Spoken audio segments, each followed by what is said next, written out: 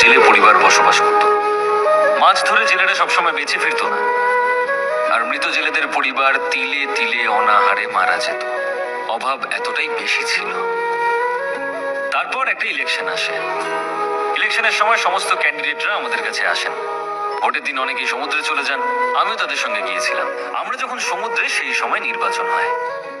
আমাদের নির্বাচিত ব্যক্তিরা কিন্তু 5 বছর শক্তিশালী হলেও আমরা প্রত্যেকটা মানুষ একদিন ভীষণ শক্তিশালী।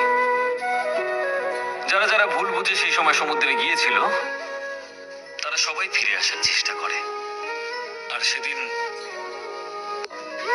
নির্বাচনকে কেন্দ্র করে আমাদের এলাকায় একটা দাঙ্গা তৈরি হয়।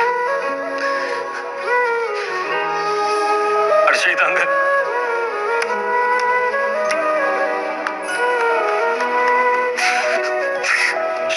আমার বাবার সঙ্গে